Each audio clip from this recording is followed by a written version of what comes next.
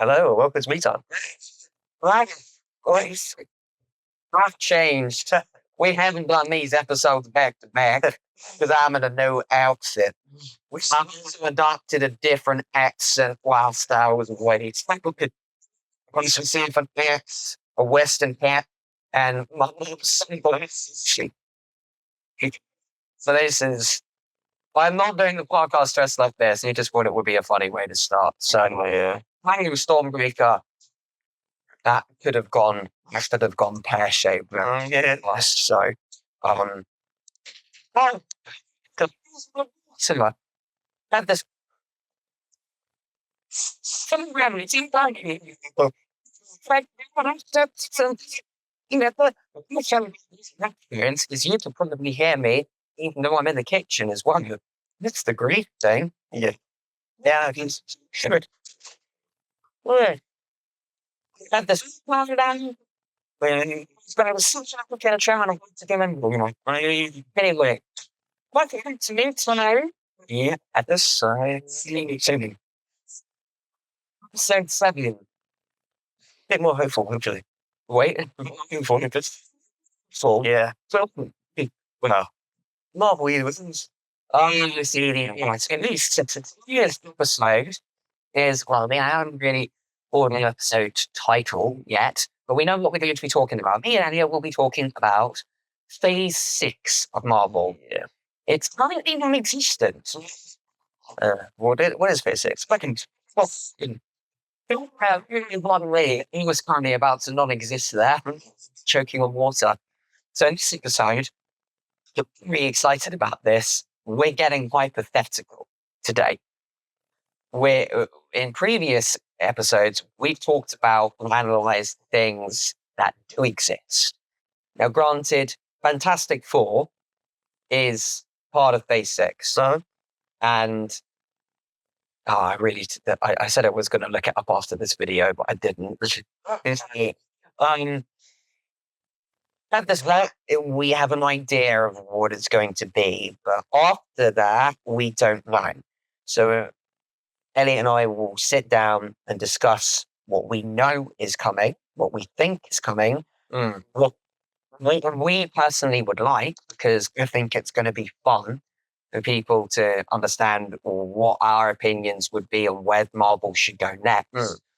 And whether the MCU has a future past Phase 6. yeah, that'd be interesting. That would be interesting to talk about. So where do you want to start, Elliot? I actually want to probably start where we're kind of more hopeful, I guess, with it. Like with Captain America, Brave New World, kind of. I mean, we don't know what we're going to do with it yet. We're really like, do we see it? Do we not see it? I don't know. I don't know. You see it? I'm very tempted. Very. Yeah, I don't know. I had this. It'll probably be I'll see it. It would like I saw it. Yay, not maybe not. But I think in regards to the movies, I probably want to start with Thunderbolts. Well, that's Phase 5. Yeah. Okay. So had this turn off your goddamn phone. It's not.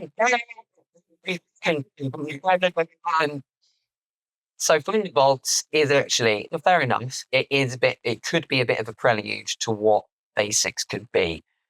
A challenge, final challenge, not like the end game. No, Phase 4, 5, and 6. It looks like we're finally ramping up to something. It looks good because we have a team.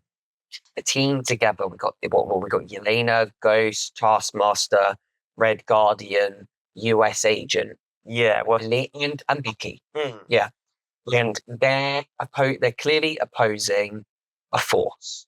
Sentry and Void, I believe, is what they're up against. I think so, but I think what's different about this team in particular is like we've got the friend with Bucky, who's in the past has gone for a redemption arc. Yeah. Yelena, Red. Yelena and Red Guardian are very close in there because they're related to Black Widow. Why are they related? They're in a backstory. Who's the other one? Oh yeah, John Walker. Spoke quite highly of in the previous episode. Yeah, but they've got running arc where they've got like a redemption arc. Yeah. 'Cause you see in the trailer, so I'm not spoiling anything. Where they're kind of going, we ain't built for this, so why should we do this job, sort of thing. So it's the first time we've got questions about the characters again. Yeah.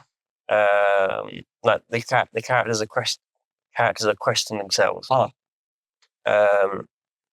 We haven't had that in a while, so I'm kind of looking forward to that in regards to their development as to where they go from there. I mean, we kind of know the direction they're going to go in, but I want to know how they get to that result. Yeah, I get that. Yeah. That's what we need more of in basics. We need characters that struggle. Eventually, we want them to achieve. Because, I mean, in Take Infinity War, it was quite groundbreaking for the time. You got Avengers uniting, or assembling rather, to fight back against Thanos and the children of Thanos to prevent him from getting the Infinity Stones. Ultimately, you lose. And it's the first time that we've seen heroes lose to that degree. Yeah. So they then, a couple of years later, in Endgame, win. They get it. They struggled to get there more than they would ever have before. I don't know if we're going to something similar with Thunderbolts, but we'll have a look. I'm pretty sure they're up against something very difficult. I don't really know the Sentry as a character very well. I don't know, or the Void. No, I've heard he's like a Superman clone. Yeah. But I mean, if we're talking about boring characters, look no further than Superman. So that could be an interesting way to see. I hope that it's going to be the introduction, and if I maybe see Brave New World, maybe, then there is a chance that there is something that is being led up to on the planet again. Because we discussed last episode, there wasn't any direction. I really, really want this to be a direction towards protectors coming back. Not necessarily something's coming, but something is happening. And we need to be ready. We always need to be ready for it, you know? Yeah. And then Fantastic Four is in a different universe. It was officially confirmed that the fact that is taking place not in the sacred timeline and a different universe. For what it was on trade, I was like, okay. Yeah. So, I mean, that's already interesting. That is what we could have done since the start. All of these different stories were from different Earths and different timelines. Because I find it really hard to believe that the Eternals were always there in the sacred timeline. Yeah. They never interfered with the Avengers because why? Yeah. I don't understand. Well, we're getting a nod to the Eternals in Brave New World because the what's his face? The Celestial is made of blood and water. So that's like the new most precious metal instead of vibranium. Yeah. So MacGuffin. yeah, the MacGuffin. Yeah. But then at this, you don't know. With now that we have finally got a different universe in Fantastic Four, I just don't know where it's going, because Galactus is maybe the main villain of that movie. Now, arguably, I believe Galactus to be a Thanos level threat. Arguably, that's my opinion. I think as a universe destroyer and a celestial that can literally eat universes, that sounds like a threat to fight, a proper threat.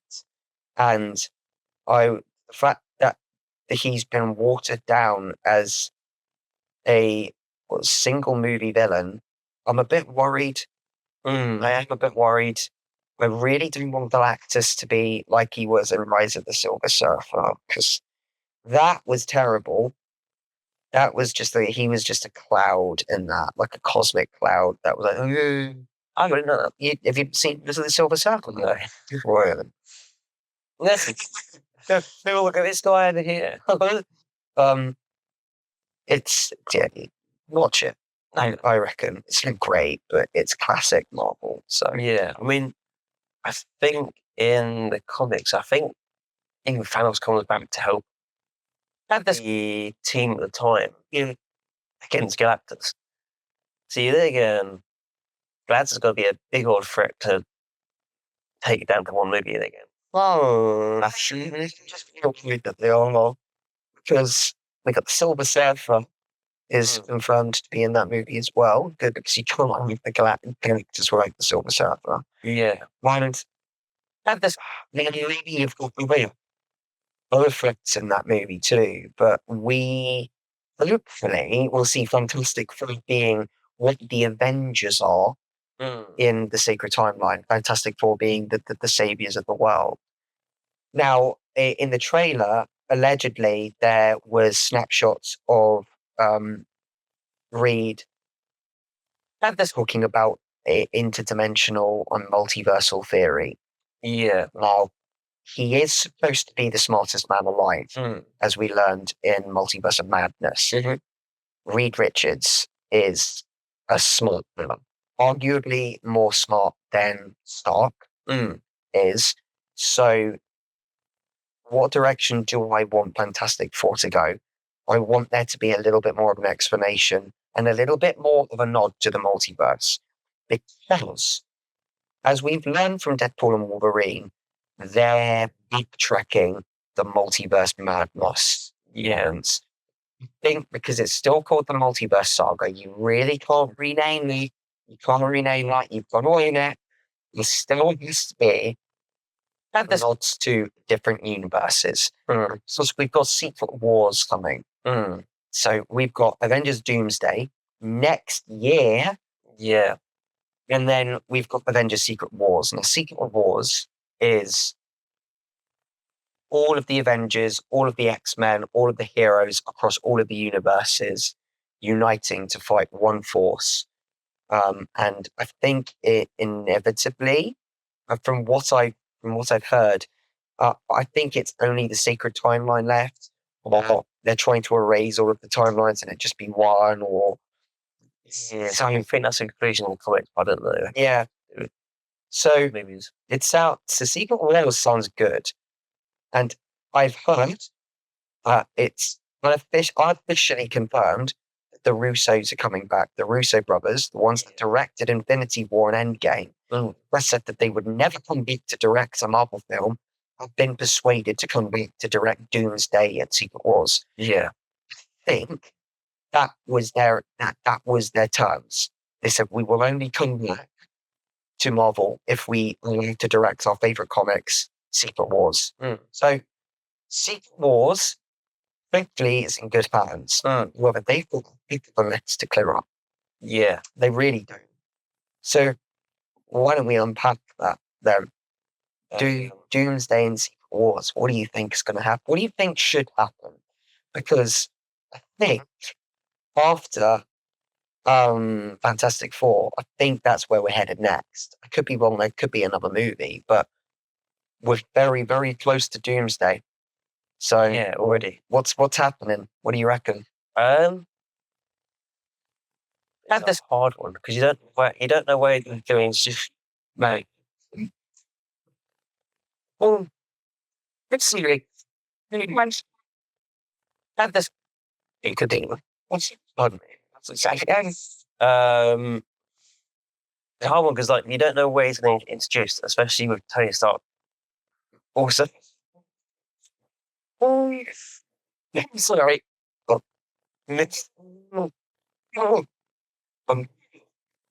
Wow. Have this. Well, that's yeah. Hey guys, you're almost done a live. You've checked in water again. Sorry, Aaron, please message you. Um, so yeah, we don't know where Doctor Doom is going to be introduced. Yeah. If he gets introduced in Doomsday, that might be a bad call. It might to Doom, can you say? Yeah. If you get this introduced in Doomsday, it might be a bad call. I'm going speculating of Doctor Doom because Doctor Doom is an enemy of the Fantastic Four. That's where he was introduced, I believe, and that's where I know him to be from watching the Fantastic Four movies. If this is not at least hinted at or teased in this Fantastic Four movie, then I agree it's a mistake. I had this guy asked me a couple of years ago, are you happy with where the villain arc is going and where everything is headed with these phases in terms of like who they have to face and what they have to face? I would have said no. It shouldn't be Kang. It should either be Galactus or Doctor Doom. Because I know how powerful Galactus is, and I know how much of a threat Doctor Doom is. He is a powerful man. He is evil too, very evil.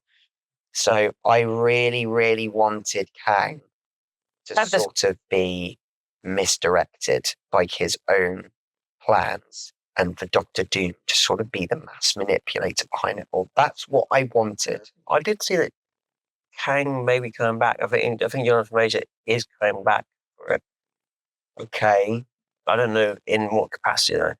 So the plan Doomsday was called the Kang Dynasty. It was supposed to be everyone facing Kang, and now it has been renamed to Doomsday. So they've clearly retconned the direction of Kang. Yeah.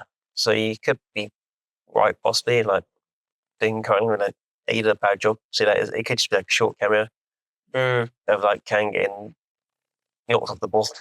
Yeah. It's just disappointing. Yeah. But yeah.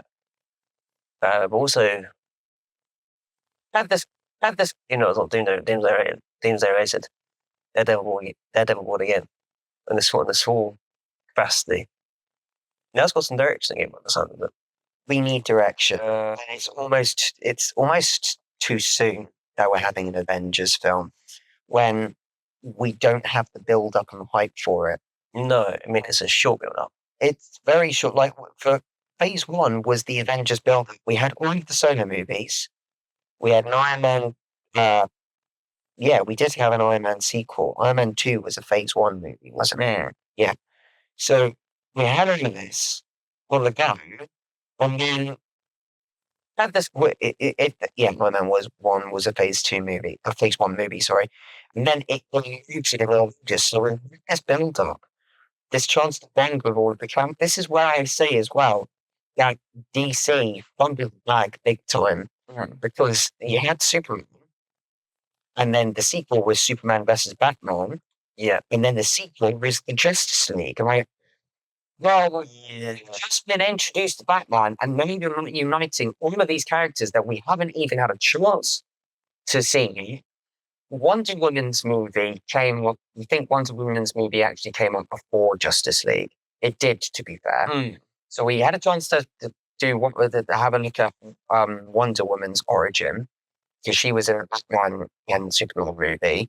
And then Aquaman and Flash didn't even get their proper debuts. They put in a sequel for some bizarre reason. Wonder Woman apparently had a pretty mediocre sequel. Flash movie was hyped up to be the greatest superhero movie of all time. I've seen it. It's not. Fantasy had trouble with pace. It was too fast and wanted to copy what Marvel were doing, and now Marvel is succumbing to the same curse. Yeah. I mean, you tell some corporate cog that is sort of they're going, oh, Marvel are doing this, we'll copy this. Is that what? Yeah. Well, they built up their foundation before they even tried that. DC didn't do that at all. They were like, oh, we want team now, so we're going to have a team now. It's like, yeah, but you hadn't even built your foundations up for like a core hero set. Yeah. You haven't got origin stories. You're just like, we have team now, please enjoy it. It's like, no. Like, this, Again, it's sort of, there's no respect for that character. There's no, characters. You just like, yeah. It's like, have this, got a team, we'll have a team. So, why don't you work up to your team and make your team slightly unique? Like, the visuals were different to Marvel, have this. but the way they pay stuff was crap, which is why it fell apart. So, yeah, well, I completely agree with that. So that's why I'm hopeful for the new direction of DC. If we go back to Marvel, what characters do we want to come back? Because have this, we know there are certain actors coming back for certain roles. Namely, Robert Downey Jr. is Doctor Doom, which is strange. Yeah, it is. Now, if you want an honest opinion, I reacted to this news very well first. When I found out that Robert Downey Jr. was Doctor Doom, I thought, this is perfect because he could be the Iron Man that lived the end of Infinity War. Yeah, That's right, in the game. So I view that as the Tony Stark that never stopped resting and achieved his goal of a suit of armor around the world. And was so paranoid about protecting the world that he basically became its dictator and its ruler. Yeah, that's actually not bad. That was my hypothetical. But then I found out a couple months later that he will not be portraying Tony Stark. He will be portraying Victor Von Doom. He will be playing Victor. So that is where I'm thinking, was he Tony Stark and then renamed himself as Victor? Yeah. Maybe he's an alternate personality of Tony Stark. And that's where I started to worry, because this could be a perfect chance to show what could have been, glorifying phase 1, phase 2, and phase 3, and showing us the journey of phase 4 and phase 5 actually being necessary. Being other variants. We're learning from other variants. The ones that did so, the ones that came into our universe to help us, the ones that were evil and didn't do so well. All the while, there was this one variant brewing, biding its time and just going, it's all according to plan. Here I am, finally, like, I am the evil Tony Stark. I am your Doom. The trouble with my theory about him being a Tony Stark that went mad and dictated the world is Doom needs to be a villain. Yeah, we do unfortunately need an irredeemable villain. Yes, but in ways, because what I have found from movies, or don't get me wrong, what I like is that we introduce characters that have ideals, have their notions, but are very misguided with them in the way that they achieve them. Now, we tend to call these characters either tragic heroes, antagonists, not villains, or did I say anti-heroes? No, it's a tragic heroes. You tend to call them these three. You don't call them a villain, because a villain is someone that does something evil, that causes a dilemma, and directly opposes the values of the protagonist, the main character, to give them a challenge to defeat or overcome. Whereas an antagonist is merely someone that stands in your way, someone or something that stands in your way. Whereas tragic heroes and anti-heroes are doing what they think to be the right thing, but it's not. Now, those characters are good because they have arguably some of the best stories. Take Loki, for example. He was an antagonist at first, who went on a journey of self-discovery to redeem himself, having those sorts of characters over a long period of time are fantastic. But sometimes you're going to have to need someone who comes into something and no matter what you say or do, cannot have the power of persuasion. Like, I suddenly have a change of heart. I've decided to be a good guy after all. You're going to need it to be like, nah. Like, you can't change this person's mind. There are, well, that's some men want to watch the world back here. Where we go with that? Yeah, no. So, you're definitely right because have this, have this, have this. Be able to negotiate makes the decisions easier to a degree. Yes. Not being able to sort of have this talk someone or talk someone down or up or whatever. You're forced into a situation where they go, what choice do I make for this individual sort of thing? That's just it.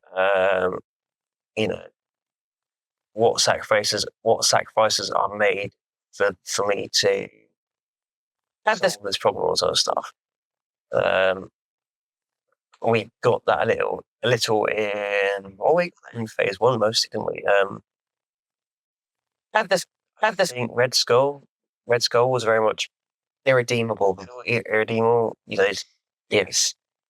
Had this and Captain America is there going, I have to make these choices. Mm-hmm. We didn't get as much in the previous phases. A lot of it was had this sympathetic villains. Had this, which is fine and kind of sympathetic, but as it is the reason we now have Thunderbolts. Had this correctly before we got to Thunderbolt? Probably not. I'm hoping Thunderbolts will put a good sort of full stop in that and actually clean that writing up. Yeah. Had this. But with the villains you can't negotiate with, the stakes are a lot higher. Yeah. Mm-hmm. You don't get as high stakes when you're there again. We do need very high stakes with this. Yeah.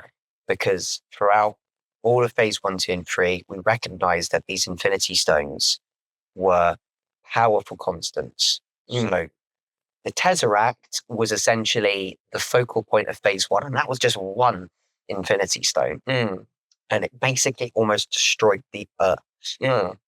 One stone.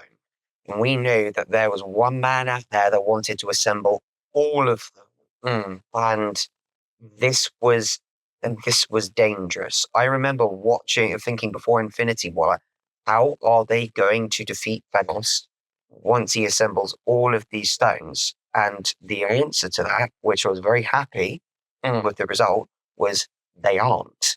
Well, the other thing, interesting, they bring it up is they did try and talk to Thanos beforehand, didn't they? They tried to get him and say, you don't need to do this sort of thing. He's like, yeah, I do. But yeah, he didn't change his mind. His mind was set. He was going to do it, and they had to go, oh, right, we need to get serious now. But that's just the thing. Yeah. That conversation, I loved that conversation. Because the one thing that sometimes villains are written for is I want to rule the world. I want to destroy everything and everyone, and I'm going to rule the world. And then what? Yeah. I didn't think I'd get this far.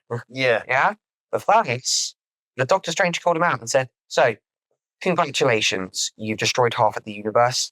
Then what? He goes, I sit down, I rest, and watch the sunrise in a grateful universe, and I live.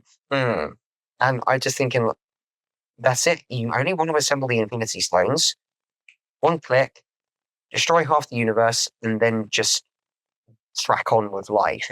Like, that's a different kind of villainy. It is a different kind. Because he's not, he is evil. He wants to destroy half the universe. That is not a nice thing to do. No. he's doing it for his own personal motives. And when he's achieved his personal goal, he's like, okay, cool, I'm going to crack on with the rest of my life now. He's got an after plan. Yeah. For some villains, just like, I'm going to press this big red button and destroy everything. And then what?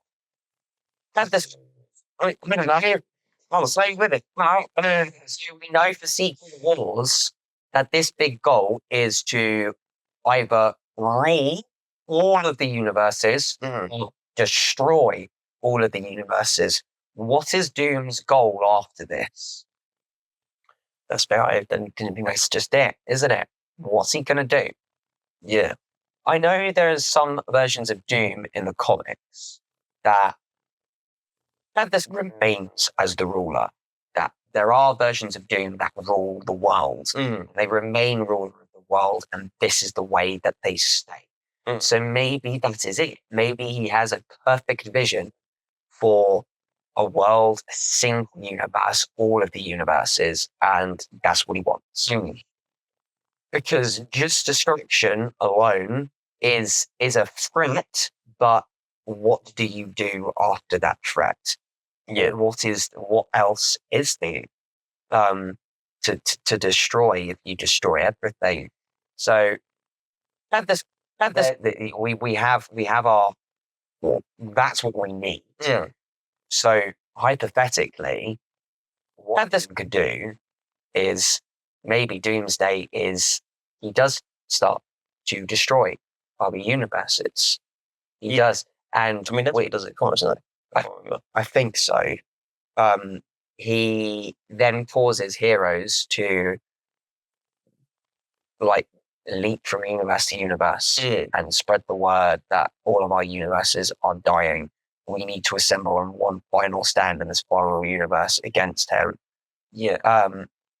And then when they're all assembled in the one universe, maybe the twist is in Doomsday is that I deliberately did this to get you all here, all of my threats in one universe, and then he locks them in the universe and go, now I've got the rest of the universes that I pretended to destroy at my disposal. See you later, guys. Yeah. All of our heroes are stuck in this one universe. They cannot get out. That's a Doomsday cliffhanger. Go to Secret Wars, obviously. That's just you may defeat him. Yeah. You know, that it could be like that. That's granted. I don't know how we're going to get all of our characters there. I don't, because everyone is too far apart. The only thing I could think of this would be the TVA somehow. TVA kind of goes, it's a massive threat. We'll help you jump to this universe. Yeah. I'm still spying on Kangs and all of that. Maybe Kang is supposed to be like this big threat. So that means that they don't notice Doom in the shadows or something like that. But it's so messy that it's really, really hard to string it all together. Yeah. But think of Blade in this. Yeah. Has Blade ever gone? I don't want to. Wait, but isn't Blade cancelled? It's indefinitely on hiatus. Its release date is indefinitely postponed. So it's happening. We just do not know when at this point. It was slated for a release this year. No one wants to touch it, and I don't blame them at this point. It sounds like it's in development hell. Well, yeah, they from what I understand, they had writers, they had scripts, and then they basically binned it all. So I get so they're clearly not getting something that they liked. And when I've done something that I don't like, I want to start again and all. What was it? Captain America 4 had so many reshoots, so many script changes. Yeah. Because the reviews were so poor. Apparently, threat in this film was actually going to be the Serpent Society. Yeah. Which is like the anti-Illuminati, if I'm not mistaken. It's just sort of like the underground, I might be wrong, it's like the underground mafia of like hidden villains working together and surfacing, sort of like sort of like a Hydra in that regard, and they were supposed to be the villains. Apparently, according to audience reviews, it was terrible. Yeah. So they massively reshooted it, and now we got Red Hulk. He's not the main. I know he's not the main threat. I know who the main threat is, and I'm intrigued to see them. But it's not Red Hulk. He's just that. He's just a cash grab. But at this, we just. I don't even know. Gosh, I don't even know. It's really hard to even fathom the MCU at this point in time. You know? Yeah, I mean they've got too many lines. They've got too many plot holes and threads that they can't even handle at this point. Yeah. I'm so hard. Like if they're going to sort anything out, they need to sort of like filter it down and make it more streamlined. Like I think the thing is, some fans or we ourselves may have to come to the conclusion that if they are going to improve it, some plot threads aren't going to be even touched. Yeah, they will just be left in a post-credit scene away, and it will just never be touched again. Yeah, I've heard Doctor Strange 3 ain't looking too good. I heard that's not happening. Yeah. I'm not really in a rush to get Doctor Strange 3. Apparently Shang-Chi 2 is still happening. I like Shang-Chi, but does it need a sequel? We probably will get a sequel, but where does it go next? Are we due to get any more movies? Are we due to get a 4, 5? Because 4 apparently is coming back. Are we getting a 5th 4 movie? Probably not at this point in time. 4 Love and Thunder was really shockingly bad. But, you know, with all of these characters everywhere, if we are headed in this direction for Phase 6, where the next stop is Doomsday, then in that movie, you need someone trying to assemble everyone. Who is that superhero going to be? Who do you think would be the opposite of Doom and trying to assemble the universal Avengers? Who do you think would be a good candidate for that? The speculation is it's going to be Captain America. You reckon he's traveling the universe? Speculation. At the minute, I think Bucky could be a good shout as well. Again, I think Bucky depends what he's going to do at the end of Thunderbolt. So yeah, Bucky's got that foundation. Bucky's got a lot of sorry. That's all right. Bucky's got sort of a lot of. He's got a lot of emotional threads that he can pull on because of his experiences. Like he's had his past traumas, all that stuff. Yeah. But he's also had his redemption arc. Argue he's got a lot more experience than even Captain America at the moment. Just with all he's been through. Which means if you're recruiting different people, having those experiences that empathize with, and then be like, oh, this is this is it. Maybe you're not. Maybe you don't have to be a bad person anymore. Come to our universe and try and help us, sort of thing. I would say if we're headed in a cosmic route for them, that would be quite odd. Because Bucky has always been a very grounded character. Not once has that man gone to space and done anything of the sort. He's always been an Earth level threat or an Earth level hero.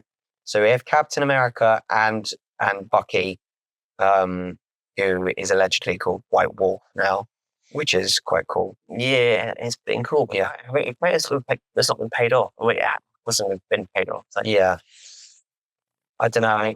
We'll see. Like, you got to pay it off at some point. Oh, absolutely.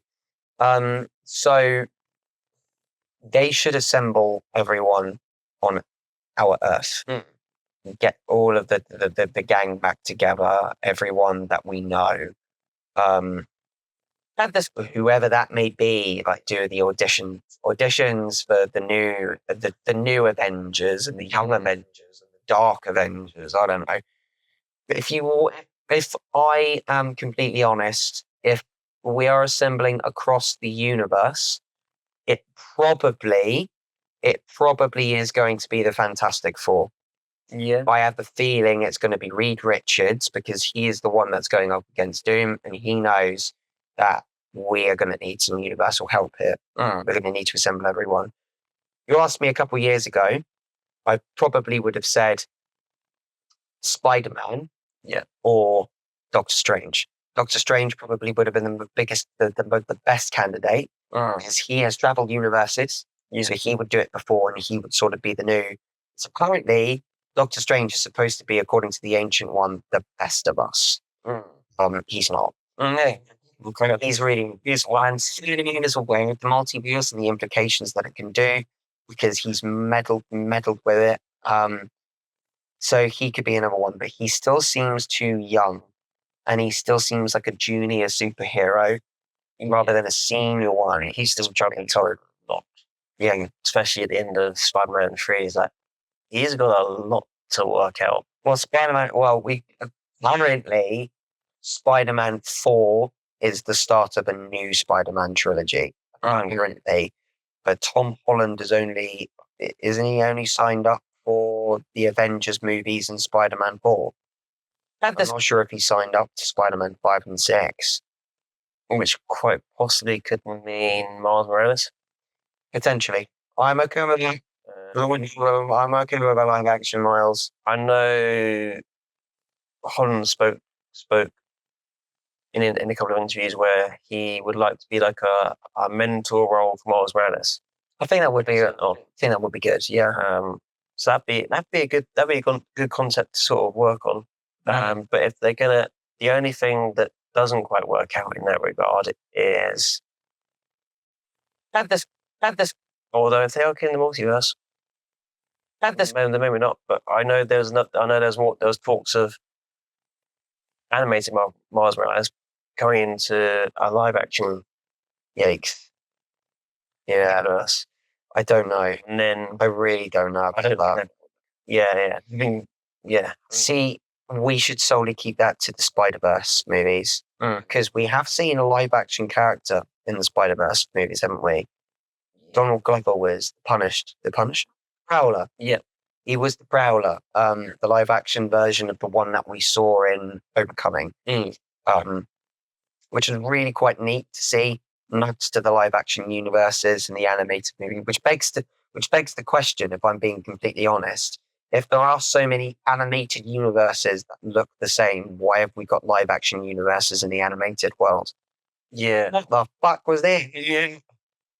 Finish installing sync icons. OneDrive needs your permission to update your sync icons. Have this. Fuck off. I'm probably going to cut this bit out. Have this. Estimated time 41 minutes. As long as it's still going, that's okay. Yeah, it's still running. We're good. Okay. Nice. Okay. So, sorry, my laptop made a noise. Yeah. I'm not here to judge the Spider-Verse movies because the Spider-Verse movies are great. They're so good. They understand the multiverse better than Marvel does. Yeah, and that's seeing something. They're at least consistent with it. Well, I love it when he calls it. So this is everything connected together. All of our lives and the universe is woven in one big web. The Spider-Verse. That sounds stupid. It's what does he call it? The polymacroid universal spiral. I don't know. He knows, which is stupid too, I guess. But they nod to them all. There's an infinite number of multiverses and universes in the Spider-Verse. They jump into the Lego universe. Yeah, there is the comic universe. They nod to the Venom universe as well. Which apparently has concluded is now Spider-Man and Craven the Hunter was the last movie of that Sony universe. Oh, interesting. Yeah, which is, thank gosh for that. Sony are putting all of their eggs into Spider-Man 4. No. Oh, okay. So it would be good if we can see a symbiote in that. And we're probably going to have Null in that, because at the end of Venom 3, Null was basically like, yo. Yeah. So Null's going to be a threat as well. No, again, Null was a really good character, but if I go for like where Spider-Man 3 left off, Yeah. how in the heck does Tom Holland's Spider-Man go from no tech to then defeating Null or something? Again, I don't know how that works. I mean, well, he'll definitely have the codex to release Null when he unites with the symbiote. That's how Null's going to get out, and then Null's going to start wreaking havoc, and he's going to be a whole nother level of threat. You're right. In the comics, Null is even more powerful than the Celestials themselves. How does Spider-Man fight that? Yeah, it's a bit ridiculous. So we will see where Null is headed. I completely forgot that he's coming into this. So maybe, I don't know, maybe Spider-Man is... Maybe we'll have the Avengers cross the universes, several different teams. Not one big team of Avengers. Yes. I mean, there's definitely too much to keep track of currently. Yeah. It needs to be streamlined completely down. Yeah. Especially for like a new audience as well. Like if you want to bring in new audiences, like the thing with the Infinity Saga that worked is that you could kind of watch each film and still understand the Infinity Saga at the end. Yes. We do not have that. It's just lots of different films and lots like engulf all our product sort of thing. Yeah. With no real thought behind each product. It's like, you've got to make this streamlined, and they haven't done that. We want you to pay for a subscription service. We want you to pay for the cinema ticket. We want you to pay for this and this. I have to pay for it if it's crap. But this is just it. Unfortunately, you can take away the Disney Plus TV shows, and they mean little to nothing for all of the movies. Movies don't connect with the TV shows. I mean, granted, if you watch the TV shows, you'd be able to understand what's going on, but the people that can't afford Disney Plus won't know what's going on. Yeah. So the movie writers are like, okay, let's reward the movie viewers by not making any information exclusive to the Disney Plus shows. But then the people that watch the Disney Plus shows are like, well, where's our reward as well? Yeah. Multiverse of Madness, they're just like, you get no reward. Yeah. Not at all. You went for WandaVision. Yeah, you did you WandaVision? Boy, did I? Well, we didn't. Yeah. What? Yeah. Like you got to have this. You kind of financially sort of like have this out of the large stories. Yeah. So no, like the reason that PCI worked is that at this degree you weren't really priced out of it. Yeah. With Disney Plus getting involved and movies getting involved and all the time you've got to invest into it, it's like you are going to get priced out of it. Which is why people are now, which is why Marvel is suffering, generally speaking, because here they go, well, if I'm going to go to a movie once or twice a year, I've got to be able to afford that ticket, and that ticket ain't cheap, mate. It's just why do you go to the cinema to have a good time, to enjoy the experience? Our most recent film that we watched, that we had the best time watching in the cinema, was Sonic 3. My gosh. Now that is how the Sonic films, they've really taken the care on them to be accurate to the video games and also make it possible for new fans to enjoy the content. The Sonic films come out in the cinema every 2 years, because the next one is lined up for 2027, I believe. I think that's a 3-year gap, to be fair. 2.5, I think. But we're keen for it. We've got enough time to speculate, enough time to get hyped, enough time to get money to want to go and see it. Whereas at the Marvel movies, back in the heyday, we had like a third of a year, tops, I think, max, in between movies, or maybe half the year, Yeah. and that would give us. I remember Avengers: Age of Ultron, planning the trip to the cinema, mapping out how much money I had. And we got there, we sat down and we actually watched the movie. I was like, this is fantastic. Can't believe I made it. Because now I'm not going to go to the cinema to watch a movie I don't care about. Yeah.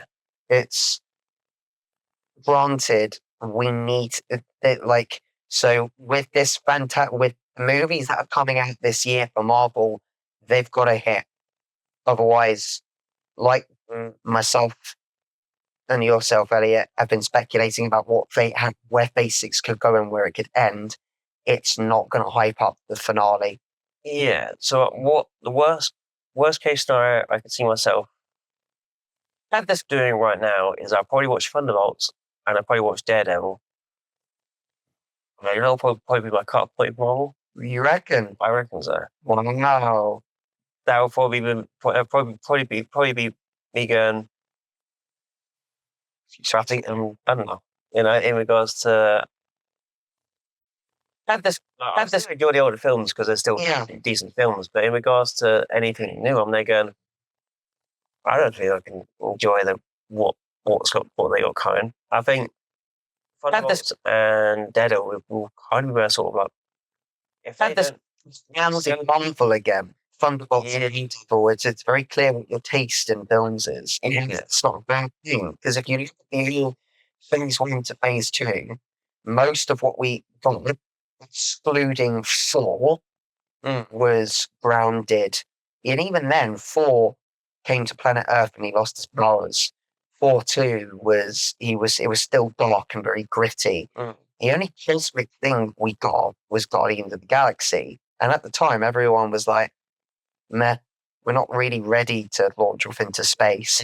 We watched Guardians of the Galaxy and we're like, we're very wrong. This was fantastic. Yeah.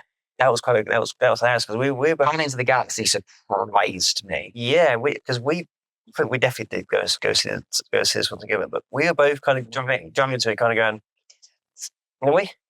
Okay, we didn't see any of the Guardians films together. No, we are seeing. Honestly, no.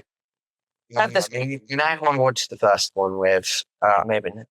Second one I watched it with Ethan. Okay. Maybe just Netflix in that case. But I remember watching, kind of going, "Oh, okay, this is legitimately. I didn't expect this, but that was cool because you could go into that movie and kind of think, oh, this is anything special, and then you go, oh, well, actually, we've got ideas for this. We've got a grounding that can work, and we've also got ideas for the future of how we can do things further. Well, that's cool. Yeah, and that's why the Infinity Saga movies I was always interested. When I watched the trailer, and I was kind of like, eh. So like, I remember watching the Black Panther trailer, and I was just like, okay, so it seems like a formulaic Marvel movie. The hero struggles, fights back against the villain with identical powers, and that's it. So I watched the movie, and I ended up having a good time. I thought it was really good. It didn't try to break the wheel. It understood what sort of movie it was going to be. But Black Panther was a fun character. His Wakanda tribe and the enemies that he went up against, they were fun. It was original. It was great. Then you take Phase 4 and 5, for example, you get more and more movies where you go and you're just like, one, I don't care about these characters. They've got nothing of importance because they're not struggling against anything and we're not working towards anything with them at all. Now, 2, there's no end game direction. I'm not going to stay in the post credits. We always stayed in the post credit scenes to see where Thanos was, or what was going to happen next. None of that now. So you could just skip it to the end with Disney Plus, and then just be like, yeah, cool. And I think 3 is just the state that the Marvel films are. You just don't want to risk it. No, I want to keep the memory of the video films, but the other films they go, take them or leave them. Not my thing. That's true story. Yeah, no, they've got to kind of re-establish their characters again. The characters is the main reason I personally go and watch film, or you don't think most people go and watch film because, like, the minute, like, generally speaking, is quite hard for a lot of people. Yeah. So if you want to go and escape, you want to go watch a film and escape. So the film's talking crap to you. They're going, I ain't bothered with that. Just give me a good fun film. Everyone remembers The Last Jedi. The universe was doomed, and Rose and Finn decided to fob it all off and go to an intergalactic casino. Well, Lordy, that was a great time. Yeah. So, Star Wars. It's going to be a running gag at me time. Star Wars is just going to be a meme. That just Look, yes, he tries to die. it's should have gone on. He's not going anyways. So He is a you cough and die on it.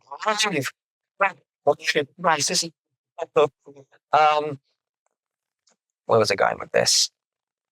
Where was I going with this? But that's just it. You know,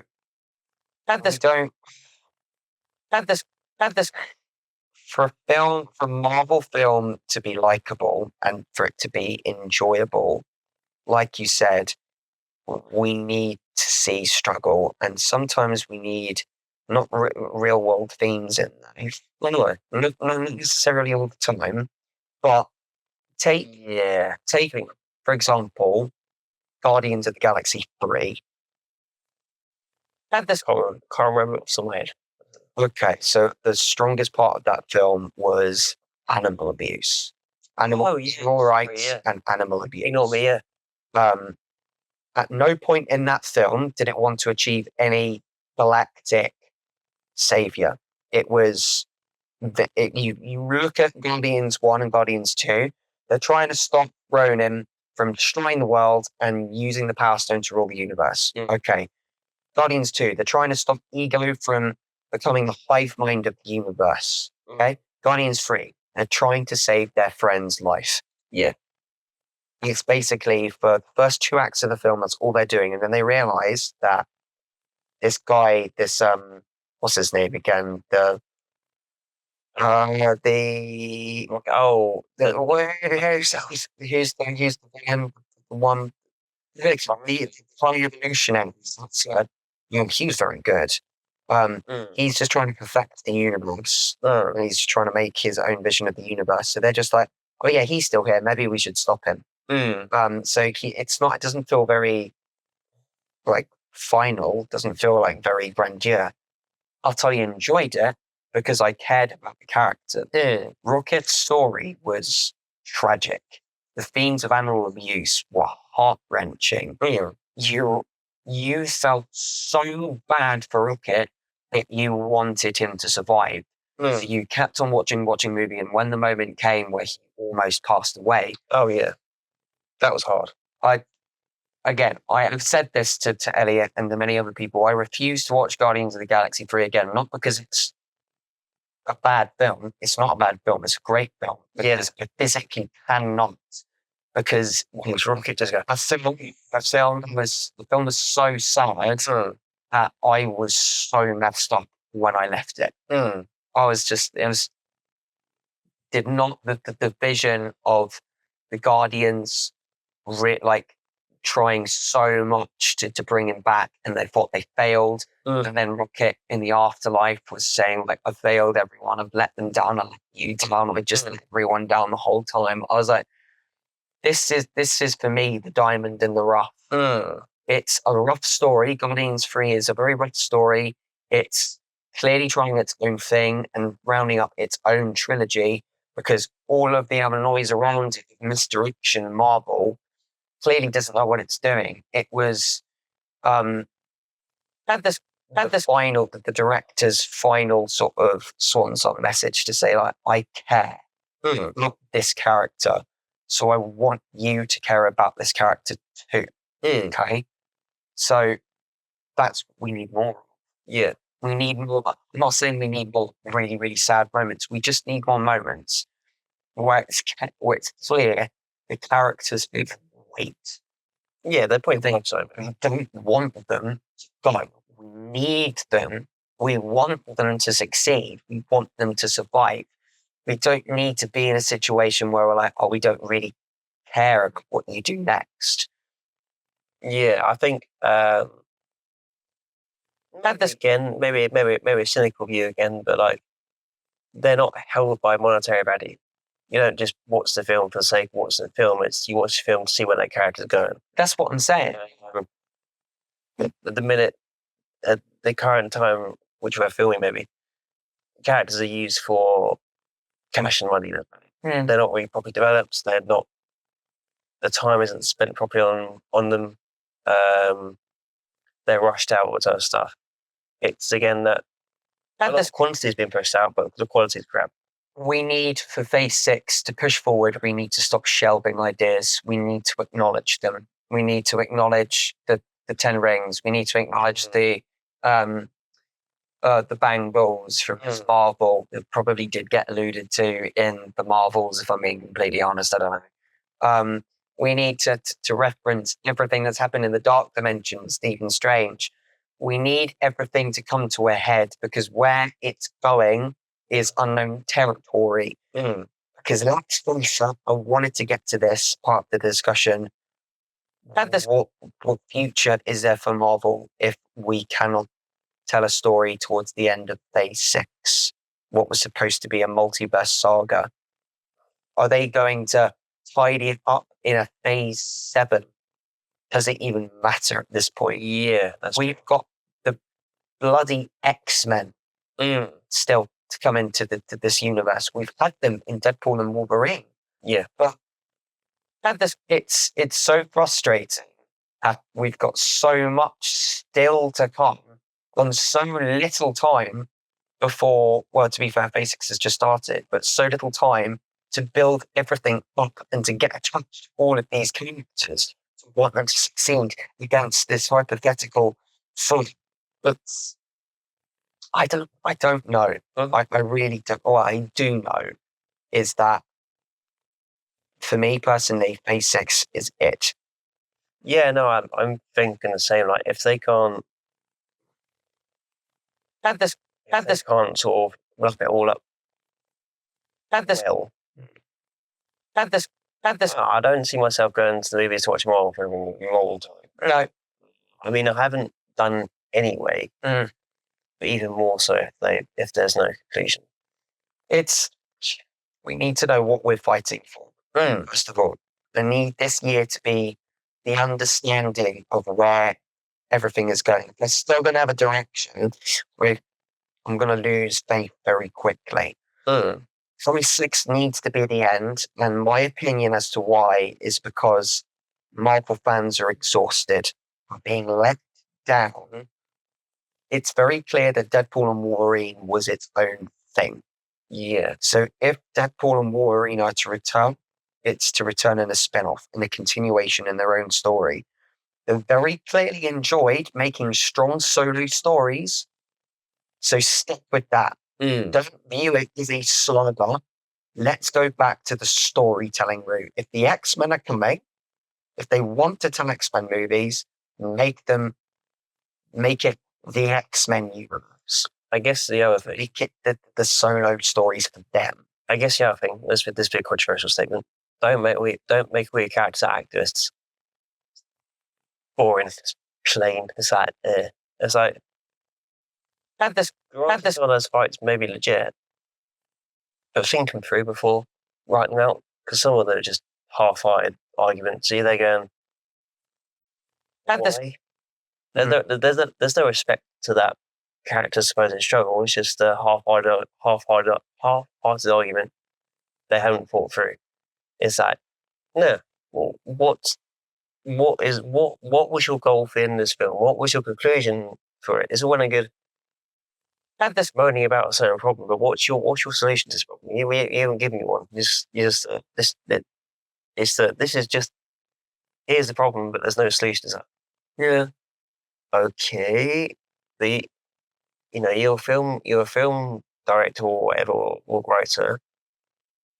Whether it be correct, whether it be the correct conclusion or not, people can work that out on their own. Yeah. Give us a conclusion rather than here's a problem with that. All right. It's just about problems against it. Yeah. I mean, I'm tired of the list just growing and growing and growing and growing. It's just so. As a story writer, It's like, you gotta do better, Sam. So it's like, I would give this little it's the second one. As a story writer, I would say you do it's sensible to have an ending. Granted, is your ending permanent? yeah, That's it. I say that's ultimately up to you. I think I know that there are writers that I have read their books and I've watched their content on TV. Now, I mean, like, why not? I will tell them. The Last Kingdom, for one, is a TV show that I solely watched on Netflix, and it was very good. So, you doing? I think so. Okay. Well, the TV show was based off the books, and the author very much stated, "That's it.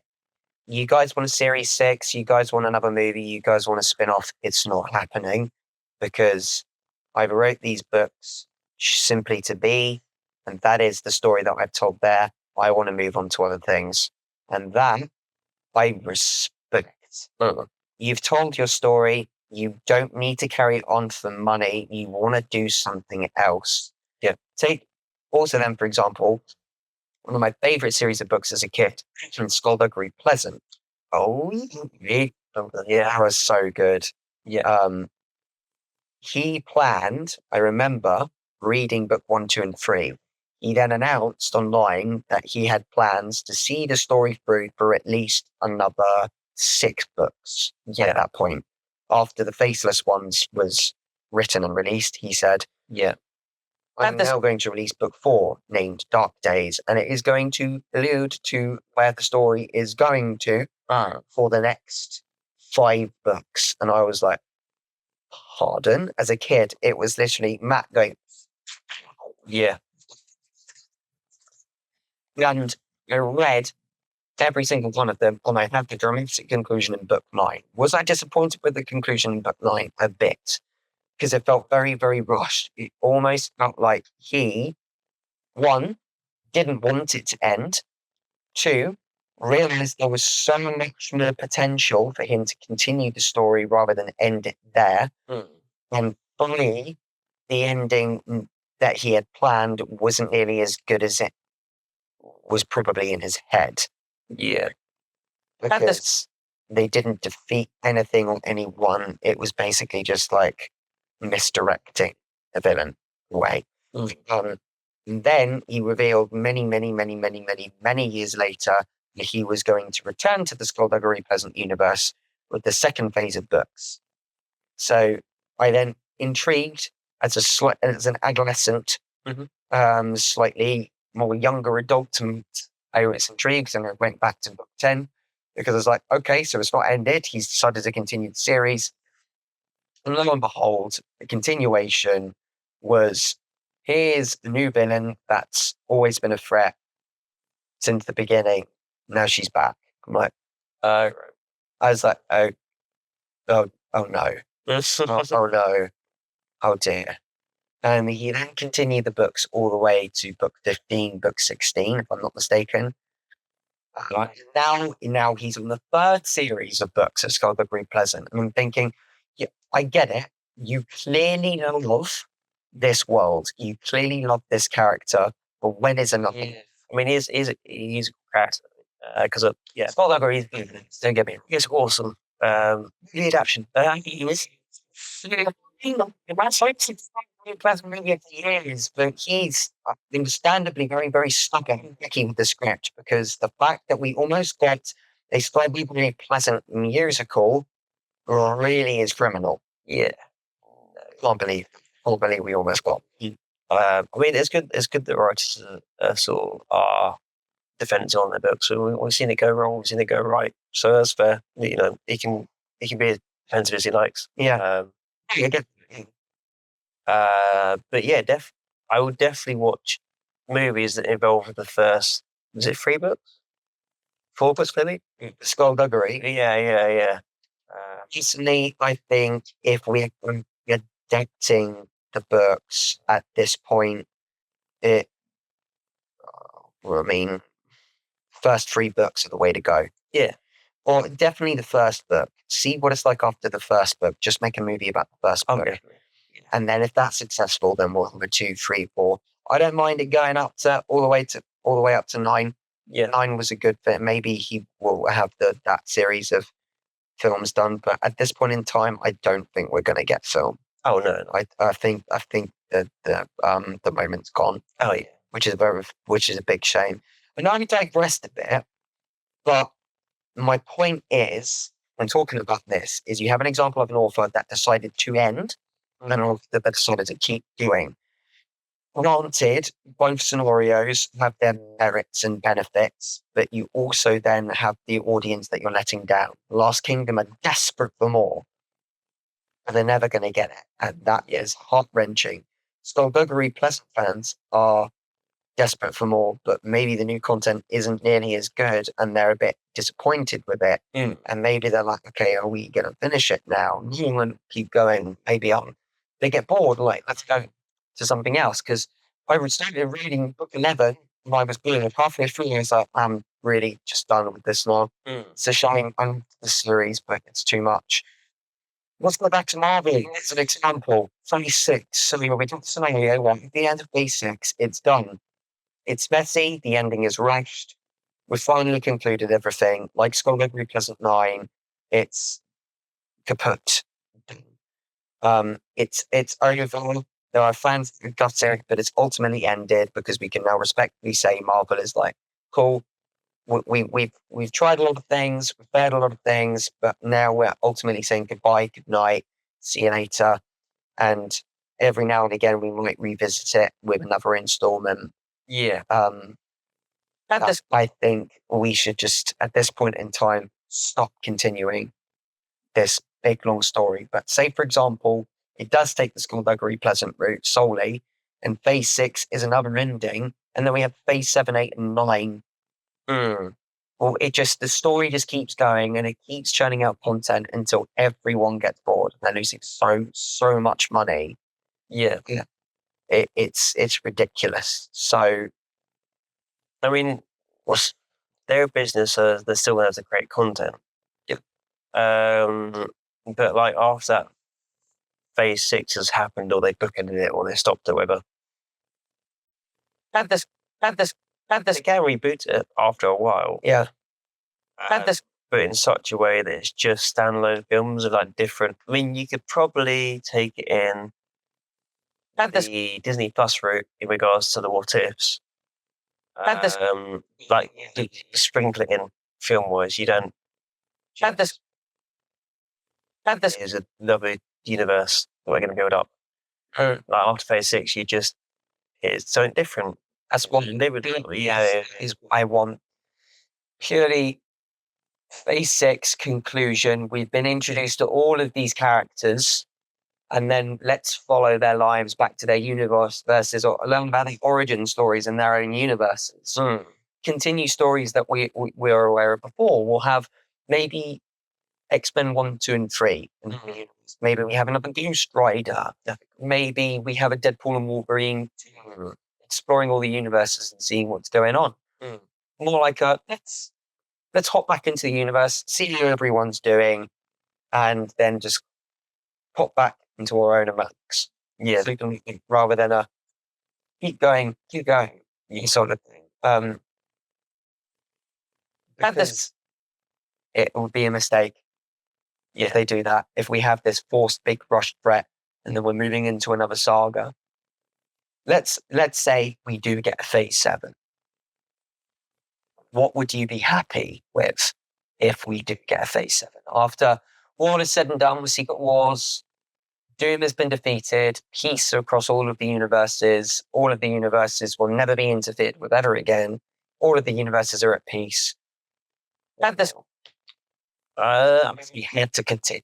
I mean, if we had to continue my version of Phase 7, would kind of go back to the core of Phase 1. Not quite building up in regards to a big level threat, maybe, but just like start this foundation again, something decent, but like start it from ground level rather than whatever level we're on now. You don't know. Probably needs to be a reboot Yeah. if you ask me. We have the Avengers, the Young Avengers, the Avengers here. Pretty sure. Yeah. The Second Avengers or something. Yeah, it's that. I mean, I could be completely wrong. But just streamline the stories up rather than whatever they're doing at the minute.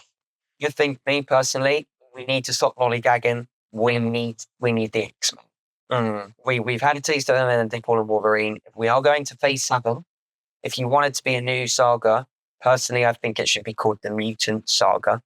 Oh, that's fair show, yeah. So we need to start dealing with the controversies of obviously mutant superheroes are the ones that are naturally skilled and given their gifts, and they use those gifts to become heroes. The mutants, the Marvel Universe, are the ones that are born with those quirks, on those powers, and they're frowned upon a lot. They're called freaks, and no one likes them, and everyone thinks they're weird. So that could be a very strong element to talk about in Phase 7, 8, and 9. The main threats, if they deal with Doom, very much could be Magneto. Yeah. Very much could be Apocalypse. Apocalypse would be a good one because, let's face it, that got fumbled big time in X-Men Apocalypse, didn't he? Yeah. He could be a very good threat. There is another route. If we are destined to get a Phase 7, 8, and 9, you need to bench these other characters, bench the Avengers for now, bench all of it. It needs to calm down, and we need to build our cast of X-Men, or X-Den, and get to know them, get to know the struggles of being a mutant, less of a superhero. And then when we've established the X-Men, start bringing back in the other superheroes. Maybe been off doing loads of things. Introduce movies like, this is what we've been doing. Or, where's Doctor Strange? Oh, he's absolutely having an awful time in this dimension. And then he comes back and he sees the way that the Earth is, and then it's almost like, cool, right, I'm back into the fight. And he jumps back into his universe or something. This is only if. And I'm not saying I'll be happy with it, because ultimately I've said what I want. I want Phase 6 to be the end, and then for us to visit the MCU every now and again in the future. But if we are to have a Phase 7, 8, and a 9, it needs to be the Mutant Saga. Because we've been wanting the X-Men to be utilized for so long, and it's not really taken off yet. Yeah. And they've planned it, and they're delivering accordingly. They're just not. They're just scared to use it. I don't blame them, because if they fumble the X-Men, that's it. Yeah. Shit. I don't know. Yeah, no. Yeah. Yeah, definitely streamline stuff up. Don't fanny around different arguments. Yeah. Or get to the point. If you can, try and give actual answers to situations you're moaning about, rather than just moaning about them for the sake of it.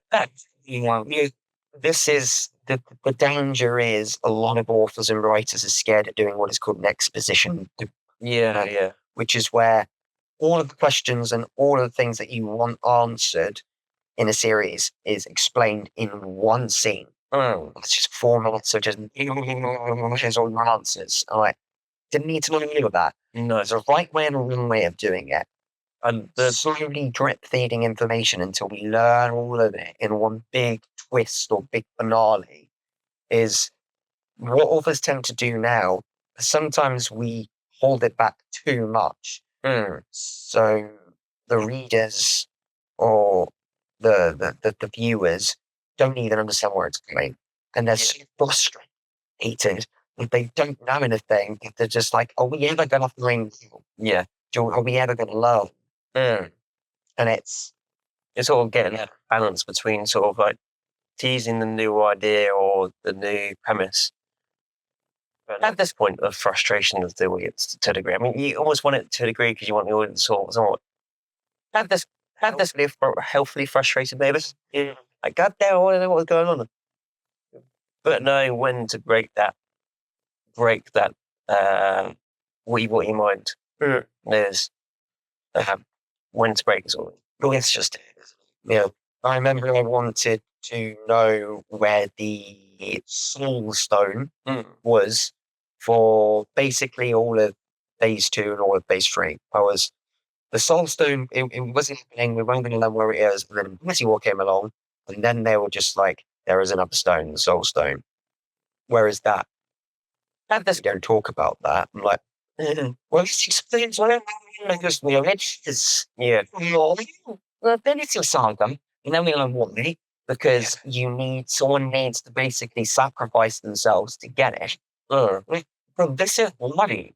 This is a rewarded explanation. And there's another series in which we will talk about in the future where we don't know anything for so long, and then we reveal this information, and it's so cool, groundbreaking that it completely redefines and rewrites the way that the series moves forward. Yeah, and it is devastatingly good. Super good. And for our dear viewers that know what that show is, then you'll know what we're eventually going to talk about in the future. Yeah. We're currently in the process of trying to do a little bit of we got a little such little chips and nice. Yeah, that's a confession. It's too good. But, oh, it's gloomy. Yeah, you know, the best thing, you know, there might be a good one when we get into it. That's it's going. It's going. So sort of runs up what we were really talking about for Fantasy and beyond, doesn't it? Yeah. Unless you have anything else that you wanted to say there. No, I don't think so. I think that covers it. I think it does. So know your villains, know your direction, give our heroes something to fight for, give us a reason to support our heroes, give us a reason to hate our villains, understand if you want an ending, and if it's supposed to continue onwards, if you want the story to never end, then give us different dynamics, give us different reasons to watch, give us a fresher approach, new characters, almost a new world, and softly reboot it. I mean, for me, as an author, if I'm writing something, I'm writing something to an end. And when the overall final end is reached, that's it. For me.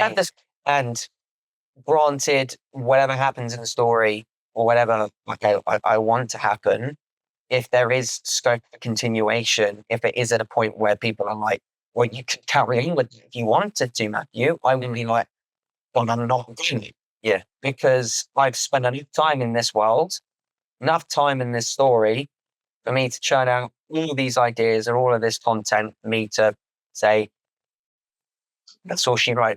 Yeah. That's I'm moving on to something else, because not only do I want to challenge myself, I don't want to ruin a good thing. Because this can't keep doing the same thing forever and you expect the same results. Yeah. Definitely. That's the definition of insanity. Yeah. Too much. Just a little bit. There might be some professionals that really, into my opinion on putting a definitive end where there's no more. Elliott. Like, no, it's sort of really sad, but it's sort of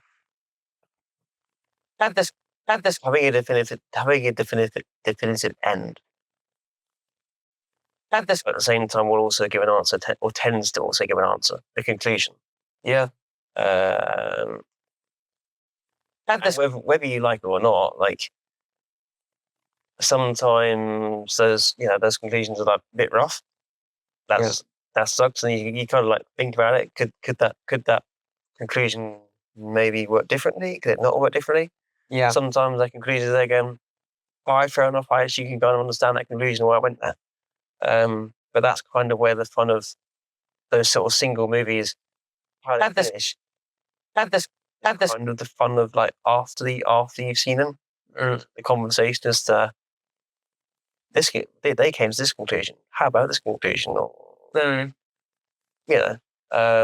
the fun. The conclusion might not be right, or it might be right, or it might be right. But the conclusion is still that sort of we can have a conversation about that maybe after we've seen it. But that's just it, isn't it? I remember when you go to a movie, and sometimes it would be a solo project without the need for a sequel. It would tell a story from start to finish, and then that would be it. I remember one of my favorite films as a kid was the Spiderwick Chronicles. Oh, because that's Blast from the Past, wasn't it? Yeah.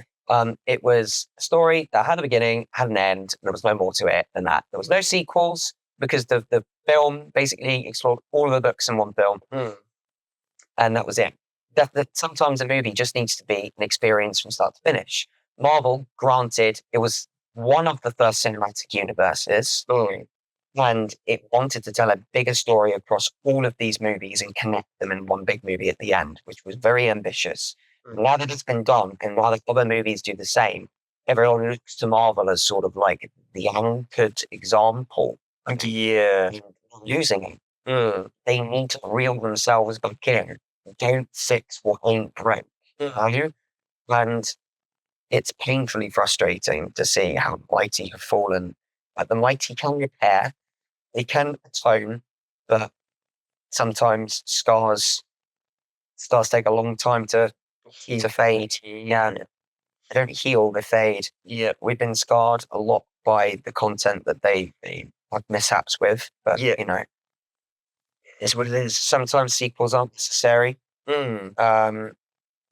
Sometimes they are, because if you have an idea for a long story to tell over the course of a couple of movies, and that's better.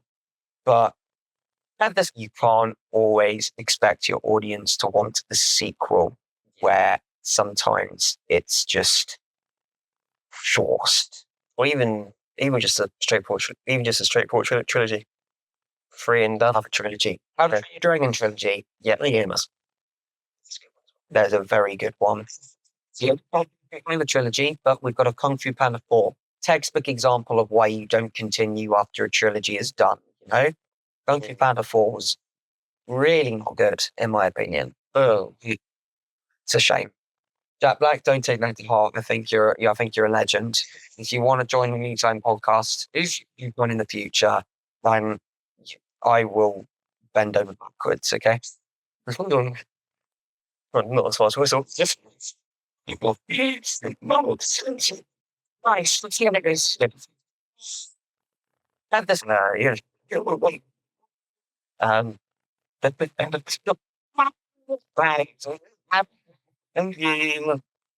yeah, so the long and short of it is, you want to continue a story, at least know where you're going with it.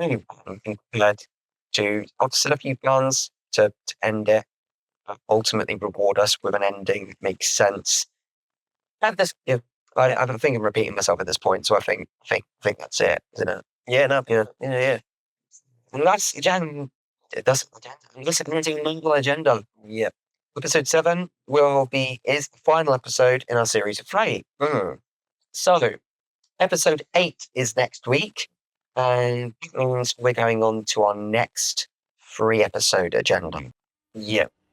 Listen, good one. This is a good one. Yeah. So, how do we tease what that agenda is?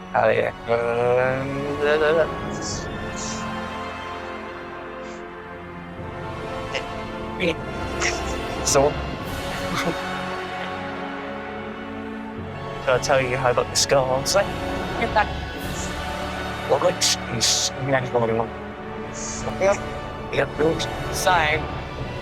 So yeah, we're now going to the Batman, the Nolan trilogy. We're going specifically into the Dark Knight trilogy. We're not tackling the DC universe.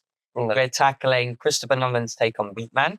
Yeah. Batman Begins, The Dark Knight, and The Dark Knight Rises. We will most likely make reference to other Batman movies as a comparison, because we like comparing and we like debating. It's fair, it makes sense. Yeah. So, but our main focus will be on Nolan's take, because Elliott has a lot to say, and I will be listening intently, as I love the Dark Knight trilogy. Is it my favorite trilogy of all time? Well, it's definitely not, but I absolutely love it. But when I found out how much content Elliott wanted to say about this, there's a my handy. was a lot I can take, even from the first episodes, and then maybe develop it more in the second. Second one could be another fun one. You think Tony Stark's episode was mad with all the stuff we were spouting? You just wait. Yeah. So third episode, what was I can't remember the third episode, but yeah. We'll explain it more when we get to next week's episode 8. We know we want to break down the Batman. We know we want to break down the Joker. We know we want to break down some other characters as well, and origins and struggles. Some notes that I've got to try and try and bring out, but in such a way that's fruitful. Yeah, so tune in next week, 7 o'clock. Sang the game of the origin.